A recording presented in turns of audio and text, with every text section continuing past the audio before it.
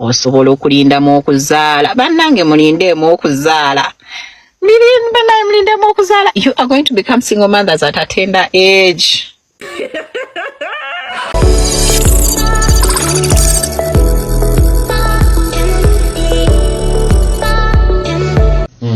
Nze ndi musajja Muganda.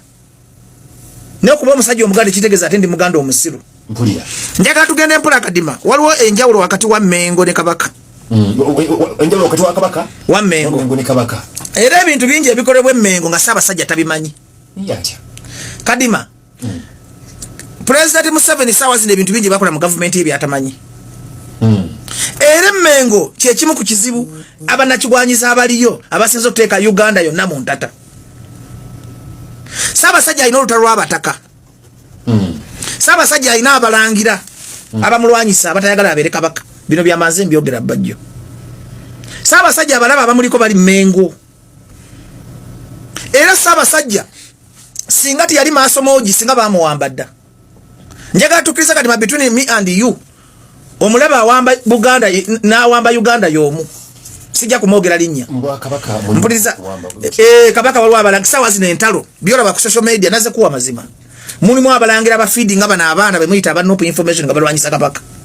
Mulimu abalangira. Abasiru abalangira waliwo group y'abalangira. Abafeeding abana. Abafeeding si banuupu. Abafeeding abaana babambala obukofiira nga bo bavuma Kabaka. Kubanga abantu besikiziganya abo omuntu avuye n'avuma Nabagereka. Ye muntu avuye n'avuma omuntu personality. Naye abantu bensikiriziganya nabo be balwanira Kabaka waabwe Mutebi.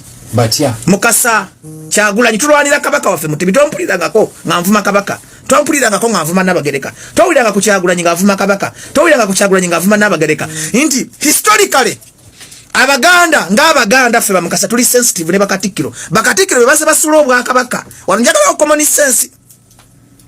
Bakatikkiro okuva mu byafaayo omusajja bamuyitanga kankuwa ebyafaayo sa Apollo Kagomo manyi. Mujjukira. Ne Kakungulu bawamba Kabaka mwanga ku kyava obwa Kabaka.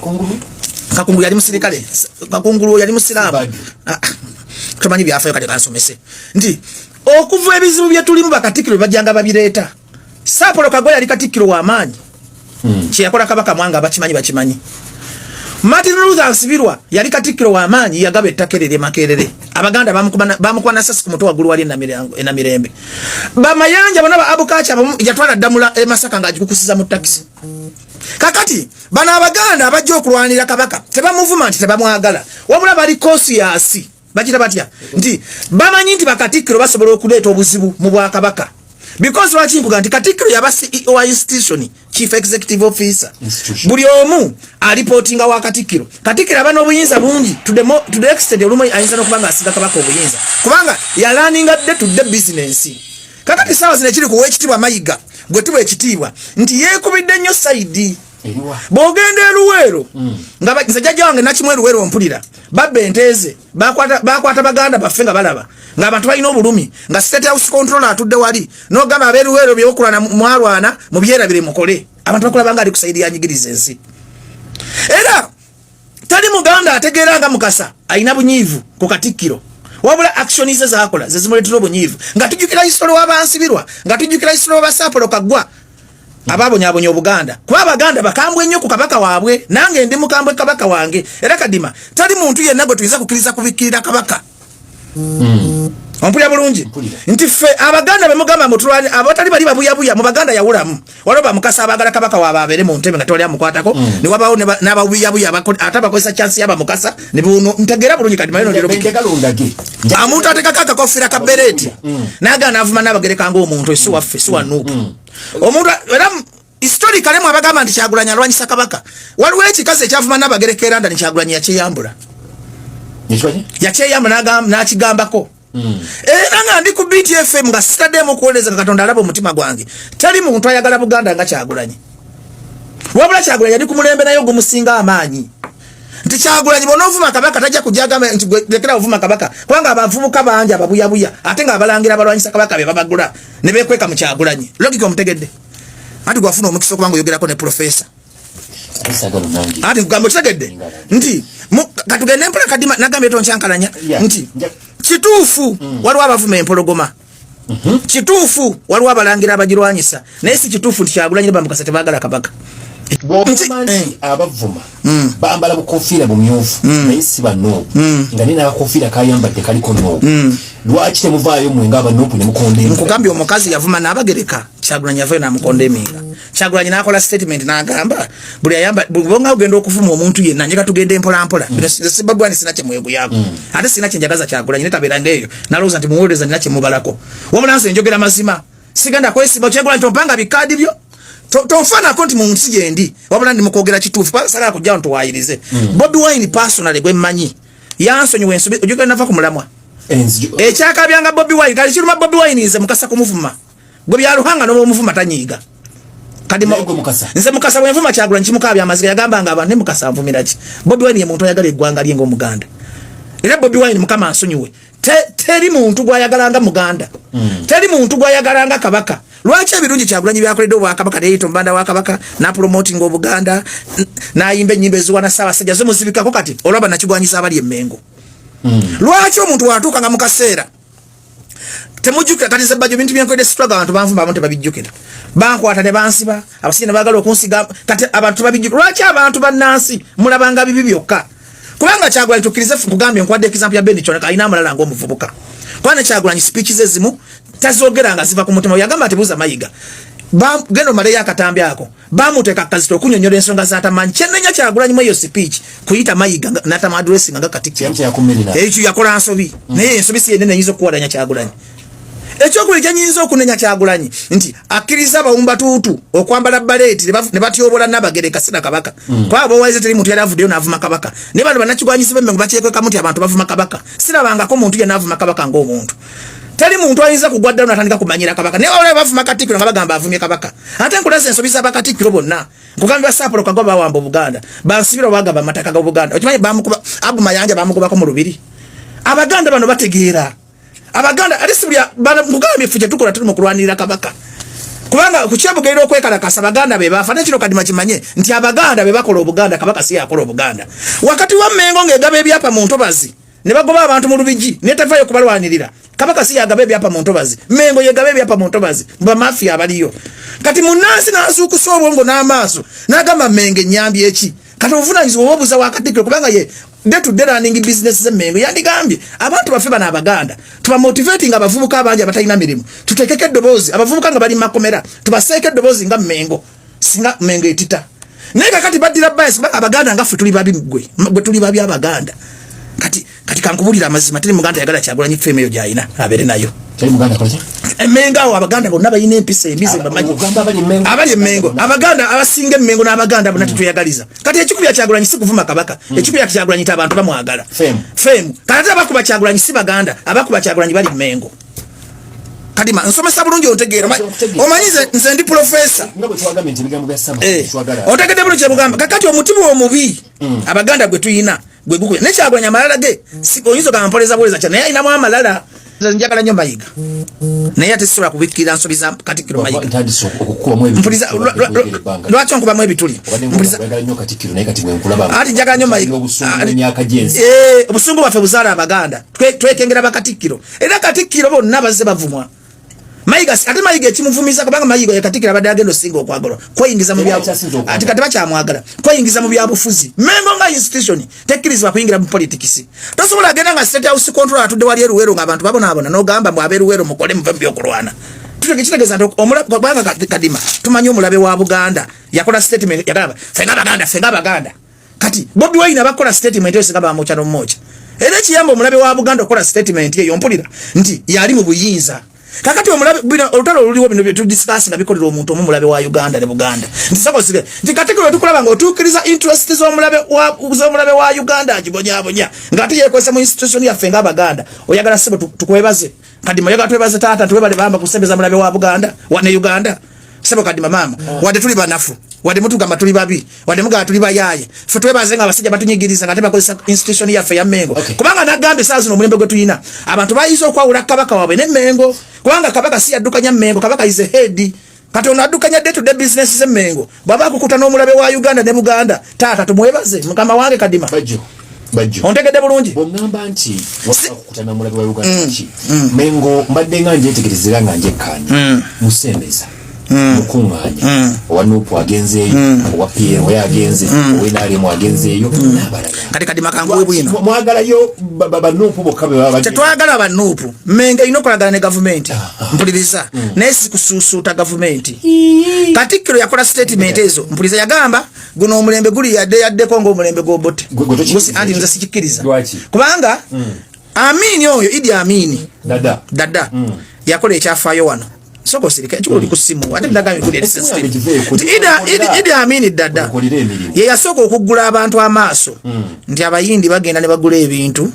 ngoli muganda oba ngoli muna Uganda osobola okulinnya ennyonyi n'ogera n'osuubula abali ku mirembe gya Amini munjulira nti bayindi bokabe mwalowooza nga bokka nti basobola okusuubula Amini ne waba yali mubi Amini waba yafanga asa abantu yatuzibula amaaso nga banna Uganda Kyagulanyi kyakoze saawa zino ompulira feba mukasa to edda twatyanga government ku mirembe gy'aba Dr. Besigye nga tuloza okuvuganya government oyina kuba mujasi era nga gumwana yinchi tulina buddembe kwogera ku bibi bya government nga tutyo okufa nga tutyo okutusiba Kyagulanyi ne banaagwa Kyagulanyi ne waliva mu byafaayo bensi azibudde abavubuka byosobola okulwanira eddembe mu butati government neekutya ontekadde bulungi okwogera otandise ku mulembe gwa Kyagulanyi ntandise ku gwa Kyagulanyi nze Kyagulanyi nga mukasa yansibula amaaso nti nsobola okujja ku radio nenwanira eddembe lyange kati ne Idi Amin abantu bali babira bategana kuva mu byafaayo bya Uganda Kyagulanyi ne Idi Amin Kyagulanyi kyemunenya akendeza amalala si asoso okubeera w'amaanyi amalala mangi nti speech ze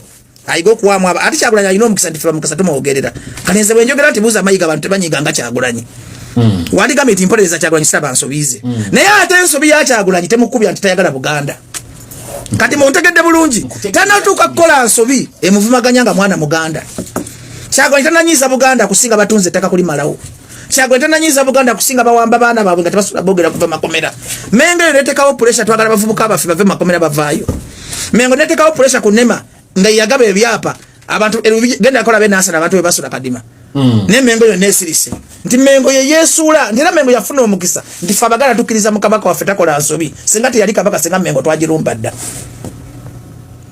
ontegedde kyekugamba kakati ne Mengo yerabe mu nsobi tali muntu gulo mulembe gukyusemu kadima twalinga edda nga radio ziri bbiri ne kati ngenda nentula mu TikTok yange abantu ne bangoberera ne bategera bye ngamba siketaga radio na TV ontegedde bulungi omulembe gukyusa kati mengedde ku ground etekewo enkolagana n'abavubuka katikira soka agata abataka katikira baleme kuwala na Kyagulanyi ne Kyagulanyi avemu amalala kubanga n'ensobi gye tuli mu kukola kati saawe zino kadima egenda Museveni agenda kuddamu atufuge tuveko n'ekikolimo kyaffe ekigamba ti Omuganda talifuga fe abaswala kakati abakulembeze b'Emmengo mwena ab'emitima emibi temuwala na Kyagulanyi lwakuba nti alina amaanyi ne fame mumusembeze ng'omwana wamwe kuba abaagala mugambe Kyagulanyi mumanyi awuliriza Kyagulanyi simuvubuka Kyagulanyi bw'omunyonyola ensonga agikola ki agitegera temumuwala temumukuba temumusaako kazito k'amaanyi kuba ye wammwe oyo omwana Kyagulanyi singa taliwo singa naawe nkuba b'Emmengo baalitwala ali simu appreciatingako kutunda Obuganda mu nsi yonna awo singa bawambawo dda waliwo omugaga yali ayagala okusendaawo nga ku lubiri emmanga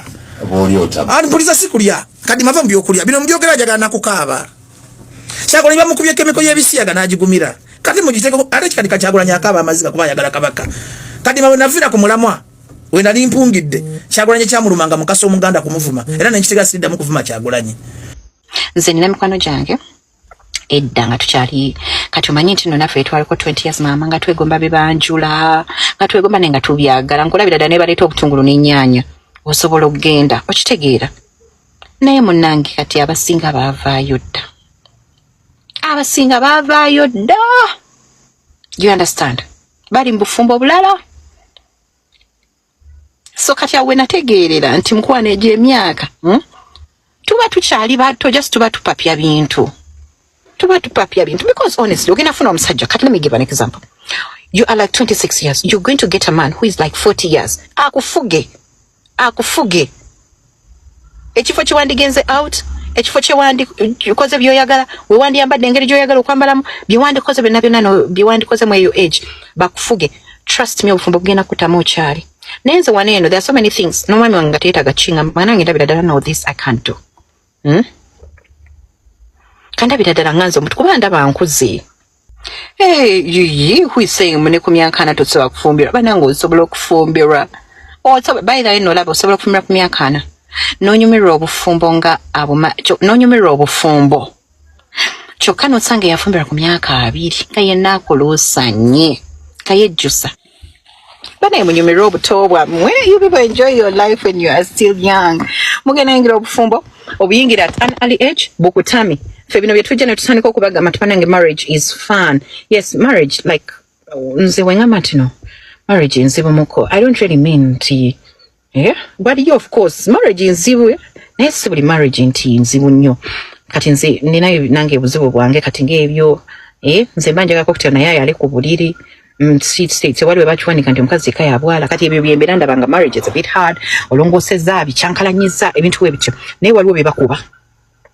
Imagine nga bakuba oli muto bakutulo kyali mweje emyaka nti wapapa okufumbira obufumbo bugenda kukutamu okyali bwe mwe tugenda kuva ku social media and then we start telling you marriage is fun, you guys get married, and then you're like temutunyumiza me I was in marriage obufumbo bwankola bwe pati obufumbo it's because wabuyingira oli muto ekyo kyerabidde ekyo kyerabidde nti obufumbo wabuyingira oli muto wafuna omusajja mukulu muko akufuze akuwutudde akoze buli kasasiro neza kati ku myaka gino gyendiko tema sinde musajja ngatandika okunkuba ku bukulu buno bwendiko ku bukulu buno bwendiko omusajja atandika okunkuba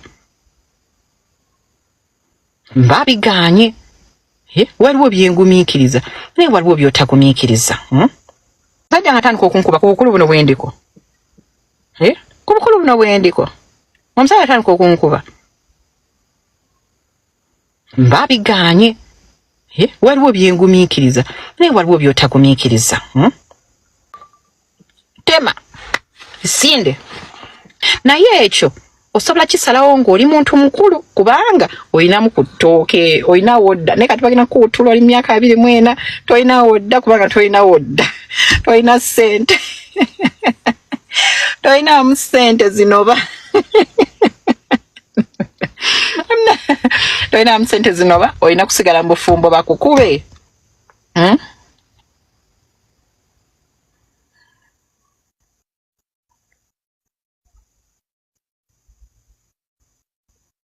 So all in all, sandagadde bakube ng'okyali mwana muto kale bakubeko ng'oli mukulu naye ng'okyali mwana muto ng'olina kubeera nga you are slaying bw'oba toli ku bwangu obufumbo buleke mpaka you're 30 years or at least 28 years at least 28 29 30 at least then a boy toyinazo bana omwana omulenzi toyinazo ng'ekuwasisa nga tonaweza myaka 3 gwe ate omwana omulenzi toyina. You as a boy, you don't have. Why are you getting married when you are below 30 years? When someone look advising abe bantu ababere ebweru nga mwena mukola like you're both working, buli omwa akasente nga ayingiza akasente obufumbo obusobola okola. Omanyi obufumbo, it's all about joint effort. You understand? Joint effort. Not just one partner kubeera nga yakola ng'omulala takola. If it's joint effort, then you go to go. But if it's single effort, ate mostly etera kuba ya musajja.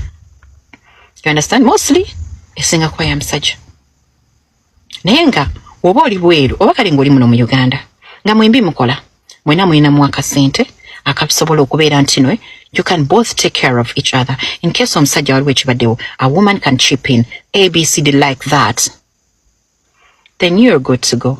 Naye again osobola okulindamu okuzaala bannange mulindeemu okuzaala mulindemu okuzaala. You are going to become single mothers at a tender age. Mumulaze ebiseera nga mukozesa bawala nga gwe weewana n'emikwano gyo nti gwobakozesa n'obalekawo nga tomuwadde na 10 kale omukozesa n'ogenda. Abakazi batandise okubakozesa ennaku zino eyo gye mugendera ne muyigga ke kali kembagambye nti the hunter is now being hunted. Sam gwe wakyogedde eyo gye mugenda ne muyiggira naffe tubeereyo nga tuyigga. Bwe ngamba ffe ngamba abakazi kati waliwo agagentions ayigga bwe mba njigga so be it. Naye kyenkugamba nti akakasente koolina mu nsawo akakwepangisa nange mba nkayina njipakinga wali embi bwe nti nembeera bwe nti mu nsonda nga nange nteeze akonkalya kali sikalya